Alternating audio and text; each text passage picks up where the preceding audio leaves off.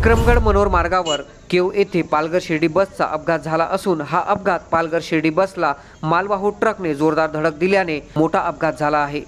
हे सीसीटीव्ही कॅमेऱ्यात दिसत आहे। या अपघातात 10 ते 15 प्रवासी जखमी झाल्याची माहिती आली असून जखमी प्रवाशांचा रुग्णालयात उपचार सुरू आहे। मोखाड्याच्या दौऱ्यावर असलेले खासदार राजेंद्र गावित यांच्या समोरच हा अपघात झाल्याने त्यांच्या खासगी वाहनातून जखमींना रुग्णालयात दाखल करण्यात आले। या अपघातात 2 चिमुकल्यांचा मृत्यू झाल्याची माहिती समोर आली आहे।